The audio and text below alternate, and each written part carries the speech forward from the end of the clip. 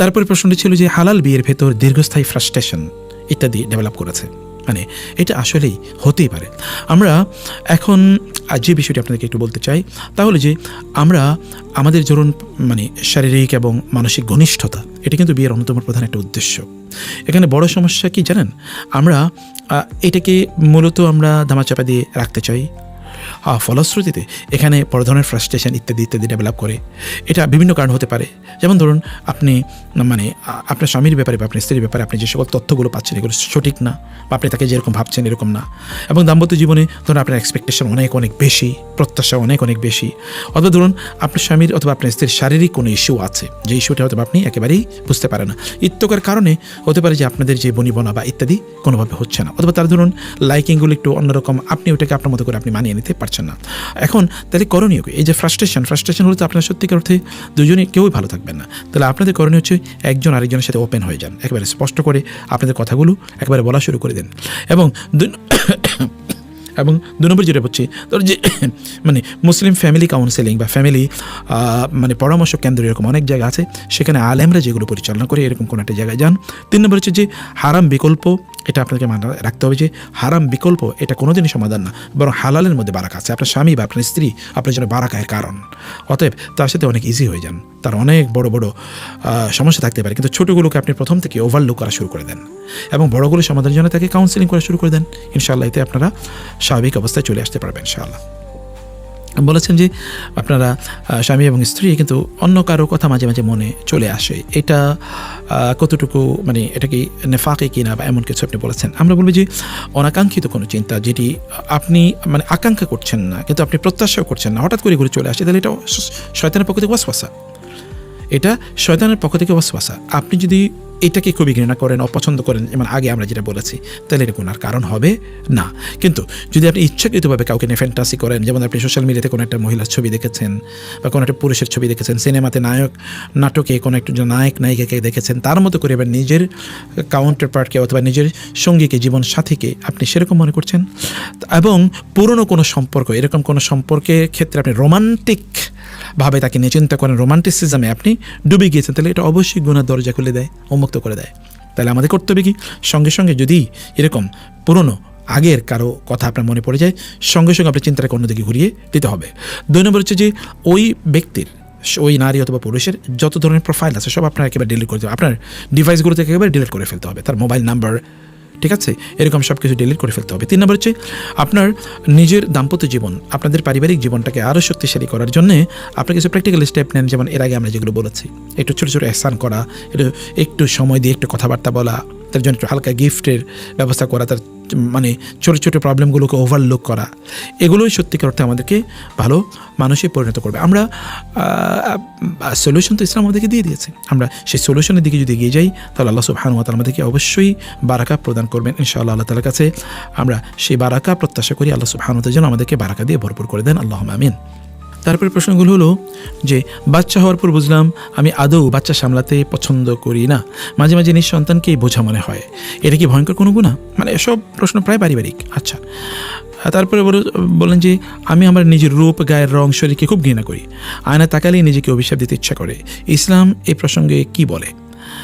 আচ্ছা, তারপরে প্রশ্ন, আমার অতীত জীবনে এমন কিছু পাপ আছে যেগুলো কাউকে বলতে পারছি না, যেমন গর্ভপাত, বরং হারাম রিলেশন, এরকম। ইন্না লিল্লাহ। আল্লাহ কি কখনো সত্যি সত্যি এগুলো ভুলে যান? মাফ করে দেবেন?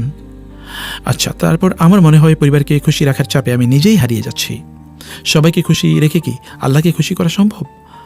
আমি নামাজ পড়ি, দাঁড়িয়ে রাখি, আচ্ছা, অথবা ধরুন হিজাব করি, তবে ঘরে অত্যন্ত রাগী, চিৎকার করি, নিজেকে ভয়ঙ্কর, ডাবল স্ট্যান্ডার্ড মনে হয়, আমি কি মুনাফিক?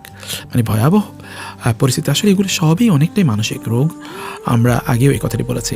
মানে আপনি যদি নিজের সন্তানকে বোঝা মনে করেন তাইলে কি, এটা কি কারণে হয়? ধরুন আপনার প্রচণ্ড পরিমাণ ক্লান্তি, আপনার ডিপ্রেশন নিজের মধ্যে কাজ করছে, কোনো ধরনের সাপোর্ট আপনি পান না, এইরকম কারণে কিন্তু মানুষের মাঝে এমন অনুভূতি তৈরি হয় যে আপনার বাসায় আপনার বাচ্চা লালন পালন করতে গিয়ে আপনি মানে আপনাকে সাপোর্ট করার মতো এখানে কাউকে আপনি খুঁজে পাচ্ছেন না। ব্যাপারটা কি এরকম লেভেলের কিনা যে কেউ আপনাকে সাহায্য করার মতো কোনো মানুষ আপনি খুঁজে পাচ্ছেন না? আপনি ধরুন কোনো কারণে খুব ডিপ্রেশনের মধ্যে আছেন, খুবই হতাশার মধ্যে কোনো কারণে আপনি আছেন, তাই না?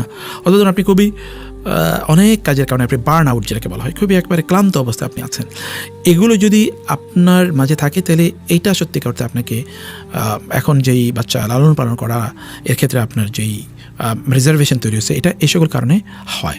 তো এটা কিন্তু আপনি মানে আপনি অবহেলার কারণে করেছেন ব্যাপারটা কিন্তু এরকম না, আপনি ভিতর থেকে আপনার নিজের ক্লান্তির কারণে হয়তো আপনি এরকম করছেন। তাহলে এখন আপনি দেখবেন যে ইসলাম কিন্তু সন্তানকে আপনাদের জন্য আমাদের জন্য নেয়ামত হিসেবে বলেছে, আবার ফিতনা মানে তাদের প্রতি যথাযথ দায়িত্ব পালন করতে পারছে কিনা এটাও কিন্তু আল্লাহ বলছে, এর মানে পরীক্ষা।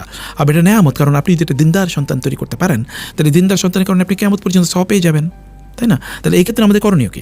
আমরা এই ক্ষেত্রে কয়েকটি করণীয় বলছি, একেবারে প্র্যাকটিক্যাল। এক নম্বর হচ্ছে যে আপনি সাপোর্ট সিস্টেমটা ডেভেলপ করুন। যেমন আপনার স্বামী আপনাকে সাহায্য করছে, আপনার পরিবারের যেমন আপনার মা আপনাকে সাহায্য করছে, অথবা ধরুন আপনার শাশুড়ি আপনাকে সাহায্য করছে, ননদ সাহায্য করছে, ছোটো বোন আপনাকে সাহায্য করছে, এরকম বা আপনার ছোটো সন্তানরা বা বড় সন্তানরা আপনাকে সাহায্য করছে, এরকম একটা জিনিস আপনাকে ডেভেলপ করতে হবে।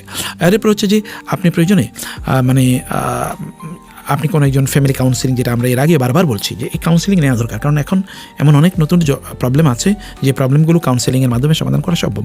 এবং 3 নম্বর হচ্ছে যে শিশুর হক কিন্তু এটা ফরজ, এটা নামাজ রোজার মতোই, অতএব এটাকে ইগনোর করার কোনো সুযোগ একেবারেই নেই। এরপরে প্রশ্নটি ছিল যে নিজের রং, নিজের শরীর বা গায়ের রঙকে ঘৃণা করা। দেখুন আল্লাহ সুবহানাহু ওয়া তাআলা বলেছেন লাকাদ খালাকনাল ইনসানা ফি আহসানি তাকওয়িম, আমি মানুষকে সর্বশ্রেষ্ঠ আকৃতিতে সর্বোত্তম আকৃতিতে তৈরি করেছি। ওয়া লাকাদ কাররামনা বানি আদমকে অনেক বেশি সম্মানিত করেছে।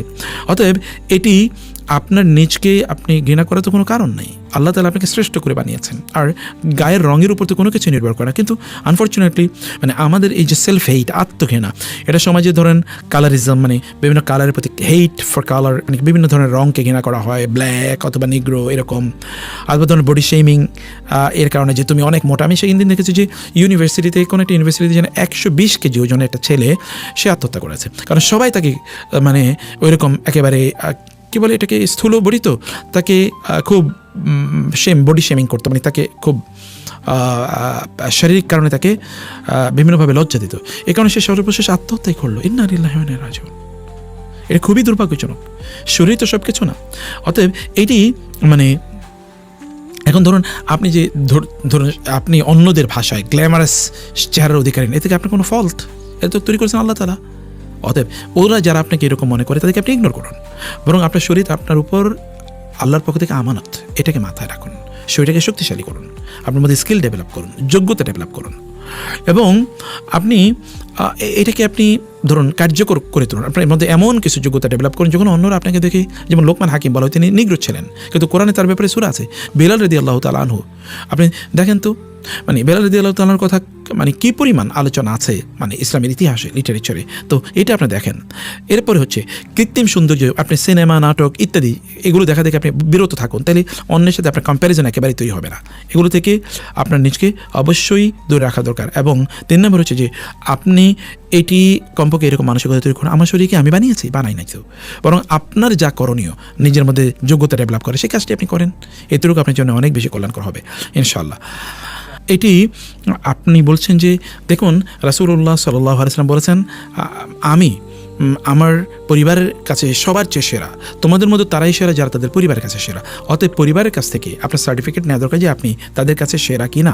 2 নম্বর হচ্ছে যে বাইরে মানে খুবই সস্নেহ, ঘরে একেবারে কঠিন, এটা একটা বড় ধরনের ওয়ার্নিং সাইন আপনার জন্য। কীভাবে মানে আপনি আসলে একটা বিপদের মুখে আছেন, কিন্তু তার মানে আপনি মোনাফেক হয়ে গেছেন, ব্যাপারটা এরকম না, বরং আপনি নিজেকে তওবা করুন এবং আপনি নিজেকে ফিরিয়ে নিয়ে আসার চেষ্টা করুন। তাহলে কী করবেন?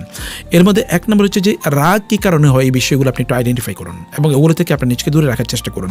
2 নম্বর হচ্ছে যে রাগ উঠলে ইসলাম কী বলেছে, আপনি উজু করবেন, আপনি মানে জায়গা পরিবর্তন করবেন, আপনি ধরুন আউযু বিল্লাহি মিনাশ শাইতানির রাজিম পড়বেন, আপনি মানে অবস্থান পরিবর্তন করবেন, দাঁড়ানো থাকলে বসা, বসে থাকলে শোয়া, এরকম কাজগুলো আপনি করবেন। এগুলো তো সুন্নাহ প্র্যাকটিস করলে সুন্নাহর বারাকায় এগুলো আল্লাহ তাআলা আপনি দূর করে দেবেন। এবং 3 নম্বর হচ্ছে যে অ্যাঙ্গার মানে রাগ নিয়ন্ত্রণ সংক্রান্ত বিভিন্ন ধরনের থেরাপি বা বিভিন্ন ধরনের আপনার ইমানি সাপোর্ট সিস্টেম পাওয়া যায়। আপনি বিভিন্ন জায়গায় যারা এগুলো নিয়ে কাজ করে এরকম কোনো আলেমের সাথে সাক্ষাৎ করলে তিনি আপনাদেরকে এই বিষয়ে অবশ্যই তিনি গাইড করবেন ইনশাআল্লাহ।